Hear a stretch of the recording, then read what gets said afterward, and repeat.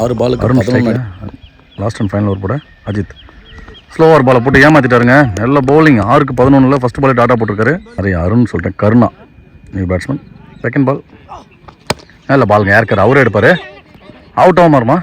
அவுட்டுங்க. Wicket கொடுத்துட்டாருங்க. ஹரியை எந்த பாலும் சந்திக்காமல் run அவுட்டில் ஆட்டம் வந்து வெளில. நல்ல bowling and fielding Ajith. Ball toss பாலை மிஸ் பண்ணிட்டாரு.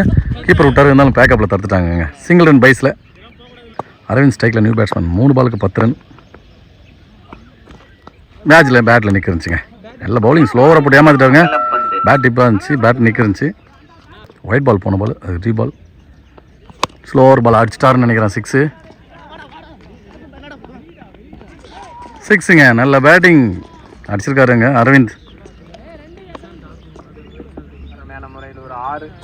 6 ரன்னை கொண்டு வந்திருக்காருங்க. 2 பந்தில் 3 ரன் அடிக்கணும். நல்ல ஷாட்டுங்க. கவர்ஸில் ஃபீல்டிங் எடுத்துகிட்டு கண்டிப்பாக 2வது ரன் அவுட்டாக வரும். வின்டருங்க. அங்கே எடுத்து அடிப்பாரா? விக்கெட்டா? இல்லைங்க, அடிக்கலைங்க. இதோட மேட்ச் வின் பண்ணுவாங்க. மேட்ச்சை வின் பண்ணுறாங்க. பங்காரம் மேட்ச் கையில் இந்த மேட்ச் விட்டுட்டு போகிறாங்க. எலவாடி எடுத்து பங்காரம் தலகாய்த்தனி வெற்றி பெற்றது. நல்ல மேட்சாக இருந்துச்சு. 2 டீமும் வாழ்த்துக்கள்.